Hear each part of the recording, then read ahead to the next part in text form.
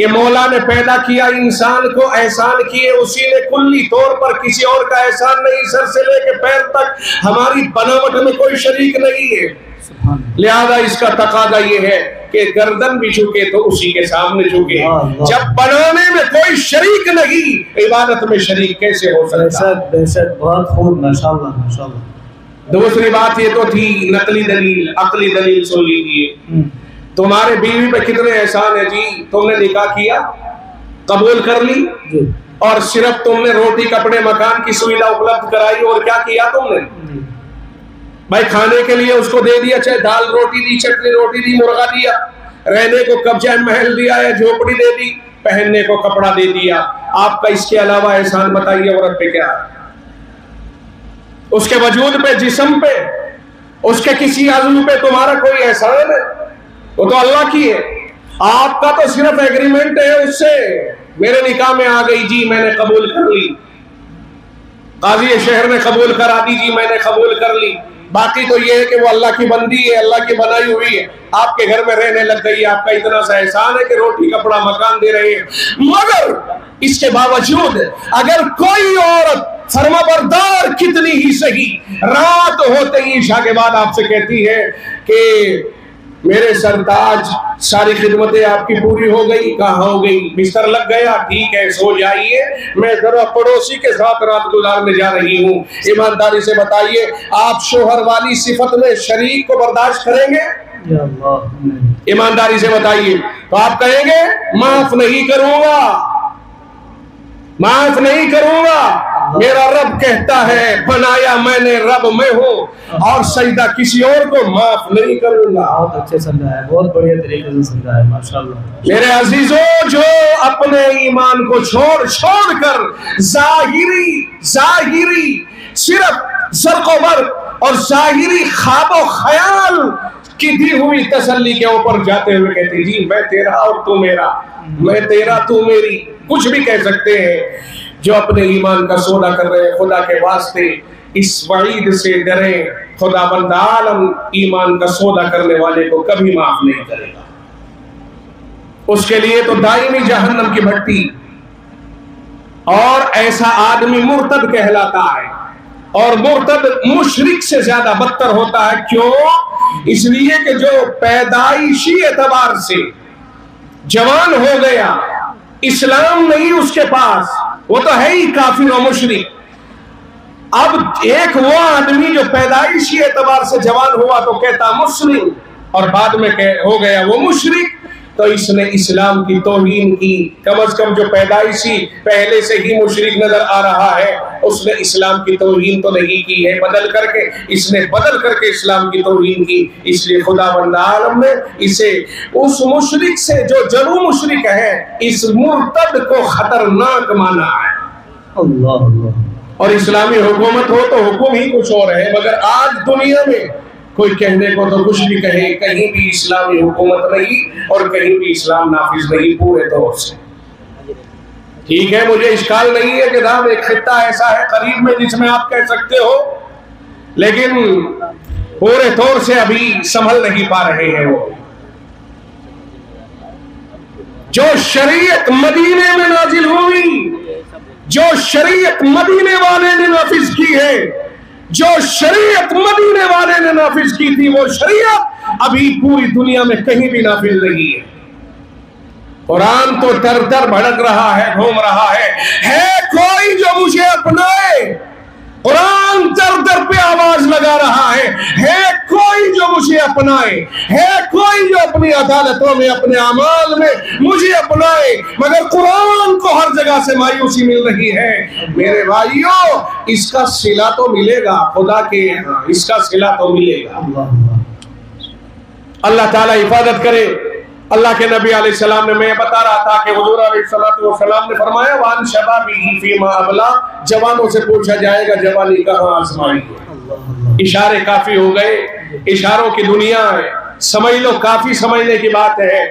آگے بڑھتا ہوں، چونکہ وقت کی قلت ہے، مضمون تو ایسا ہے کہ صاحب 2-2.5 گھنٹے چاہیے، اور وقت ایسا ہے کہ آپ سمیٹیے، ترجمہ کر کے بات کو ختم کیجئے، ورنہ تو الارم بج سکتا ہے۔ اللہ کے نبی علیہ السلام نے فرمایا 5 باتوں کا سوال ہوگا، جواب دینا ہوگا قیامت کے دن، ایک قدم بھی ادھر سے ادھر کوئی اٹھا ہی نہیں سکے گا۔ پہلا سوال یاد کیجئے، اور اس امانت کو جو یاد کریں گے دوسروں تک پہنچانے کا وعدہ کیجئے، آپ اسے پہنچائیں گے۔ یہی جلسے کا مقصد بھی ہے۔ آقا نے کیا فرمایا؟ زندگی کہاں گزاری، جوانی کہاں لگائی، 2 سوال ہو گئے۔ تیسرا سوال وَعَنْ مَالِهِ مِنْ أَيْنَ اكْتَسَبَهُ، مال کے بارے میں پوچھا جائے گا کہاں سے کمایا۔ وہ چھوٹا سا سوال ہے مگر جواب بہت مشکل ہے۔ کہاں سے کمایا؟ دوائی بنانے والے، دوائی بنانے کی جو کمپنیاں لگانے والے ہیں، جو ریسرچ کرنے والے ہیں، پوچھا جائے گا دوائی میں کیا لاگت آئی، ریٹ کیا تھا، اور پرنٹ ریٹ ڈال کر کے قوم کو لوٹنے کے لیے ڈاکٹروں کے مشورے سے تم نے کیا پتے پر ریٹ ڈالا۔ سوال ہوگا مال کہاں سے کمایا۔ 10 روپے کا انجیکشن 510 میں بھی آ سکتا ہے، 10 روپے کا انجیکشن 5000 میں بھی آ سکتا ہے۔ کہنے کے لیے کہتے ہیں مولویوں کے دشمن بنے پڑے، زکات کھا گئے جی، چندہ کھا گئے جی، کیا کھا لیا ہے ان بیچاروں نے، اور کیا قوم نے ان کو دے دیا ہے۔ ساری دنیا چاروں طرف سے انہی کے پیچھے لگی پڑی ہے۔ کھا لیا، اور اگر کھا لیا تو قرآن کی تعلیم بھی تمہیں دے دی۔ امام کس نے دیے؟ علماء کس نے دیے؟ خطبہ کس نے دیے؟ قرآن پڑھنے اور پڑھانے والے کس نے دیے؟ محدثین کس نے دیے؟ تمہارے اور ہمارے گھروں میں اللہ کی صدا لگانے والے کس نے دیے؟ اگر یہ 2.5% لا کر کے اسی میں سے کھا بھی گئے تو تمہیں مدارس دیے، تمہیں مساجد دی ہے، انہی کی تحریک سے مسجدیں آباد ہوتی ہیں۔ اگر یہ نہ کھڑے ہو تو دولت مند حضرات سے کہتا ہوں خدا کی قسم آپ مسجد نہیں بنا سکتے ہو جب تک کوئی عالم اس کے پیچھے کھڑا نہ ہو۔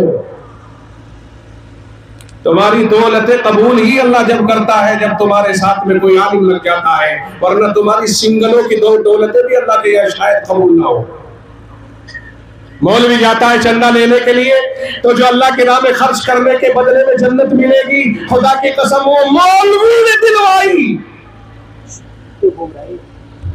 کہاں ہو؟ احسان مانو ان مولویوں کا، بہت بڑی جنت بنائی اللہ نے، وہ جو اللہ کی راہ میں خرچ کرنے پر ملے گی، اور وہ خرچ کرنے کی ترغیب یہ مولوی ہی دلاتے ہیں، چاہے تمہاری کتنی ہی گالیاں کیوں نہ کھائیں۔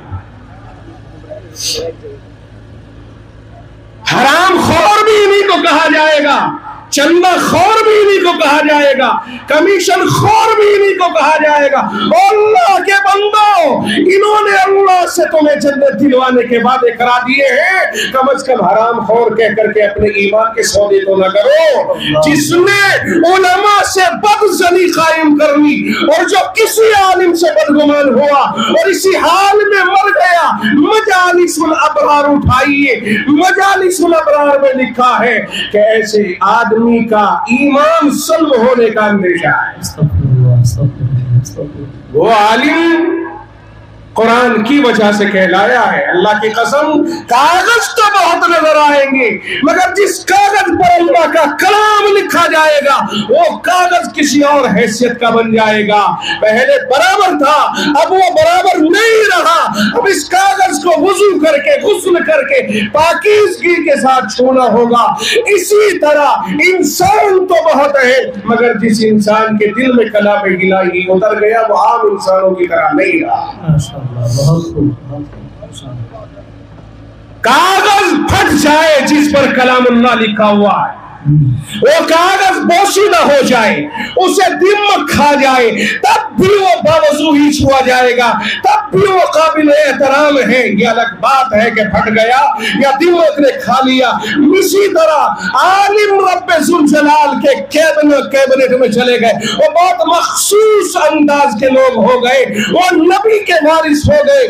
باقاعدہ پیغمبر نے کہا ان العلماء ورثۃ الانبیاء، پیغمبر کی زبانی رب نے کہلوا دیا۔ اور بھائی جس رب نے نبوت کو روک کر کے علماء کے اوپر بھروسہ کیا، قرآن ان کے حوالے کیا، قرآن کے نشر و اشاعت کرنے میں ان کی ذمہ داری ڈالی ہے، جو رب ان پر بھروسہ کرتا ہے انسان ان پر بھروسہ کیوں نہ کرے؟ بہت خوب، ماشاءاللہ۔ جب رب نے ان پہ بھروسہ کیا، ہم اور آپ کون ہوتے ہیں، کس کھیت کی مولی ہوتے ہیں کہ ان کو برا بھلا کہیں؟ ورنہ تو پھر یاد رکھیے بہت مشکل میں پڑ جائے گی۔ جناب رسول اکرم صلی اللہ علیہ وسلم سے پوچھا گیا تھا، یا رسول اللہ عالم افضل ہے؟ عالم، سنیے اللہ کے رسول سے پوچھا گیا کہ عالم افضل ہے یا عبادت کرنے والا جو عالم نہیں ہے وہ افضل ہے؟ کل عبادت کرتا ہے، اللہ کی عبادت کرتا ہے مگر عالم نہیں، اور ایک وہ آدمی ہے جو عالم ہے۔ اچھا، جو عالم ہے اس کے ساتھ عبادت کا لفظ ذکر نہیں کیا صحابہ نے، سوال کے اندر سن لیجیے خوب اچھی طرح سے۔ جو عالم ہے اس کے ساتھ عبادت کا لفظ نہیں استعمال کیا، مگر جو عالم نہیں ہے اس کے ساتھ صراحت کی گئی ہے کہ وہ عالم نہیں، عبادت گزار ہے۔ ان میں کون سا افضل ہے؟ وہ آدمی جو عبادت گزار ہے اور عالم نہیں، یا وہ آدمی جو عالم ہے؟ تو جانتے ہو محبوب نے کیا ارشاد فرمایا؟ آمنہ کا لخت جگر، امام الانبیاء، سرور رسولہ، سید الثقل ہے۔ جناب رسول اکرم صلی اللہ علیہ وسلم کی زبان نبوت کے اوپر یہ الفاظ جاری ہوئے، فرمایا سن میرے بھائی، فضل العالم علی العابد کفضل القمر لیلۃ البدر علی سائر الکواکب، او کما قال، فرمایا سن لے، جس آدمی کے بارے میں تو پوچھ رہا ہے اس کا فرق سن لے۔ عالم کی فضیلت عبادت کرنے والے اس آدمی پر جو عالم نہیں ہے اتنی ہے جتنی اندھیری رات میں تاروں کے اوپر چودھویں کے چاند کو فضیلت۔ سبحان اللہ، سبحان اللہ، ماشاءاللہ۔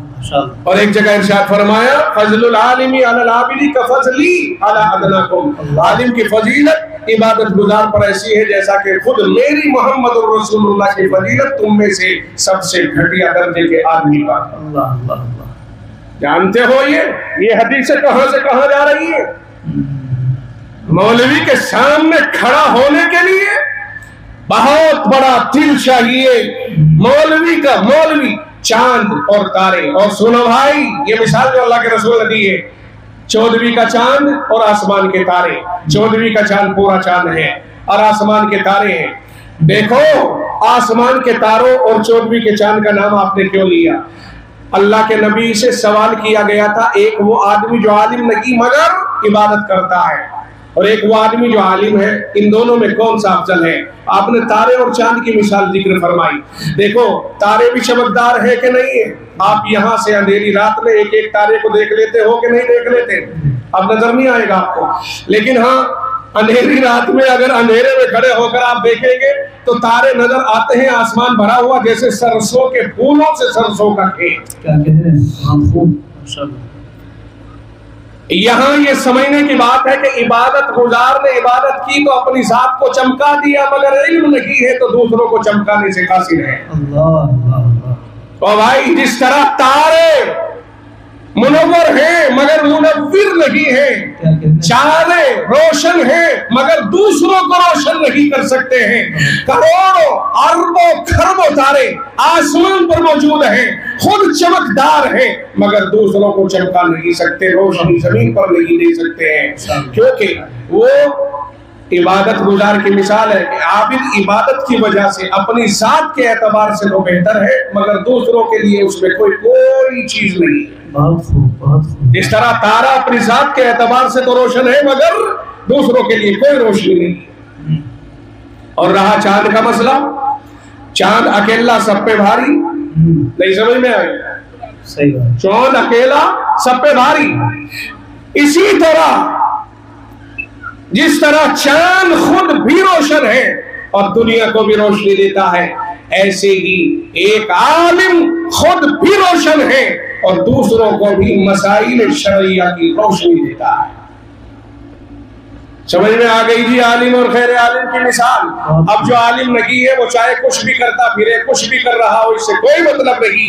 عالم نہیں تو نہیں اور عالم ہے تو ہے، اور جو فرق ہے وہ میرا بتایا ہوا نہیں، وہ میرے محبوب کا بتایا ہوا فرق ہے. اب ہمیں اس سے کوئی مطلب نہیں ہے کہ لوگ اس کا کیا مطلب سمجھیں. جزاک اللہ. انشاءاللہ خوب اچھی طرح اس کا وہی مطلب سمجھنا جو اللہ کے رسول نے سمجھایا. تو بات کیا چل رہی تھی؟ بات تو یہاں سے چل رہی تھی کہ اللہ کے رسول نے فرمایا جوانوں سے پوچھا جائے گا جوانی کہاں لگائی، اور مال کے بارے میں پوچھا جائے گا کہاں سے کمایا. بات یہاں چلی تھی کہ مال کہاں سے کمایا. مولوی صاحب رسید لا کے آیا، سب کی نظر چوکی کے دروگا پہ تو کسی کی نظر نہیں ہے. وہ بھی تو ہمارا تمہارا ہی بیٹا ہے جی، اسے بھی تو ہم نے پڑھا کر کے کسی جگہ کھڑا کیا ہے. یہ الگ بات ہے کہ خاموش کھڑے رہتے ہیں، پھر بھی جو بڑے ہیں بڑے رہتے ہیں. اور ایسے درویشوں سے ملتا ہے ہمارا شجرا جن کے قدموں میں کئی تاج پڑے رہتے ہیں. سبحان اللہ سبحان اللہ. ایک ہی گھر کے دو جوان، ایک اسکول جا رہا ہے ایک مدرسے جا رہا ہے. اگر سے گھر والوں نے بھید بھاؤ کیا تھا، اسکول جانے والے پر خرچہ کیا تھا، مدرسے جانے والے کی فیس کوئی نہیں، فری میں پڑھ کے مولوی ہو گیا. اور جب مولوی بن کے تیار ہوا وہ مدرسے میں چلا گیا، وہ اللہ کے کلام پہ لگ گیا، اور اسکول والا چوکی میں چلا گیا. چوکی والے کی تنخواہ 70,000 روپے ہے، لیکن تنخواہ محفوظ ہے، اوپر کے سے کام چلا رہا ہے. یہ کیا ہے؟ وہ بھی تو تمہارا فرزند ہے، یہ بھی تمہارا فرزند ہے، دونوں قوم کے فرزند ہیں. اللہ اللہ اللہ. مولوی کا کمیشن نہیں ہوتا. مولوی ایک جانچ لکھتا نہیں. تم جانچ لکھتے ہو، بہت بڑے MD MBBS ہو نا، کلینک کھول کر کے بیٹھے ہو نا، مجھے کوئی اشکال نہیں ہے. میں کہتا ہوں میرے بھائی ترقی کرو، لیکن آپ اگر لکھو گے کسی کو کہا سینے کی چیسٹ کی جانچ ہونی ہے تو آپ کا آدھا اور لیب والے کا آدھا. اللہ اللہ اللہ. کیا ہو رہا ہے؟ کون کھا رہا ہے کمیشن؟ وَعَنْ مَالِهِ مِنْ أَيْنَ اكْتَسَبَ، مال کہاں سے کمایا ہے پوچھا جائے گا. ہم جانتے ہیں ایک ایک کی بول، ہمیں زبان دی ہے اللہ نے، لیکن زیادہ بولنا پسند نہیں ہے. کیا ضرورت پڑی ہے؟ سب اپنے ہی ہے بھائی. کوئی ایسا نہ ہو کہ چڑ جائے. اب میں جاؤں کسی کے پاس، صاحب سر میں درد ہو رہا دوائی دے دو، کھا میں نہیں دیتا، تو میرے خلاف. میں خلاف نہیں بول رہا، میں کہتا ہوں محاسبہ کرے. جس رب نے ہمیں پیدا کیا ہے جان اسی کو دینی ہے، اور سب کے اعمال لکھے جا رہے ہیں. بس میری آگئی سمجھ لو، بات سمجھ میں آ گئی. بہتر ہے خدا کرے نصیبوں کے ماں باپ مر جائیں، بہانہ موت کا ہو، ہم ان کے گھر جائیں پانی کے بہانے سے. اچھا تھا. تو کہنے کا منشا یہ تھا کہ 5 منٹ میں اپنی بات سمیٹتا ہوں. 5 سوالات تھے نا. پہلا سوال یاد کرو، یہ بتاؤ زندگی کہاں گزاری؟ یاد ہو گیا؟ تیاری کر لینا. دوسرا سوال بھول گئے؟ ارے جوانی کہاں لگائی؟ تیسرا سوال مال کہاں سے کمایا؟ سب کو جواب دینا ہوگا، مجھے بھی اور آپ کو بھی، چونکہ وہاں عدالت خدا کی ہوگی، محاسبہ کرنے والا خدا ہوگا. ارے بھائی ایڈی کے طوطوں کو جواب نہیں دینا، رب ذوالجلال کو جواب دینا ہے. جو ایڈی کے جواب میں پھنس جائے گا رب کے جواب میں کیسے نکل جائے گا؟ اللہ کا رحم نہ ہو تو کون بچ جائے؟ اللہ کے رحم سے ہی بچ پائیں گے بھائی. تشریف لے حضرت. مال کہاں سے کمایا؟ وفیما انفقہ، اور مال کہاں کہاں خرچ کیا؟ او بھائی سنیے یہاں تک، 5 منٹ میں بات پوری کر رہا ہوں. مال کہاں سے کمایا، اور چوتھا سوال کہاں کہاں خرچ کیا؟ بڑی رسمیں یاد ہیں عورتوں کو بھی. عورتیں اندر بیٹھ کر کے رسمیں گھڑ کے دیتی ہیں اور مرد غلام بن کر کے ان پہ عمل کرتے ہیں. دن بدن رسموں کو رواج نہیں سمجھ میں آئی؟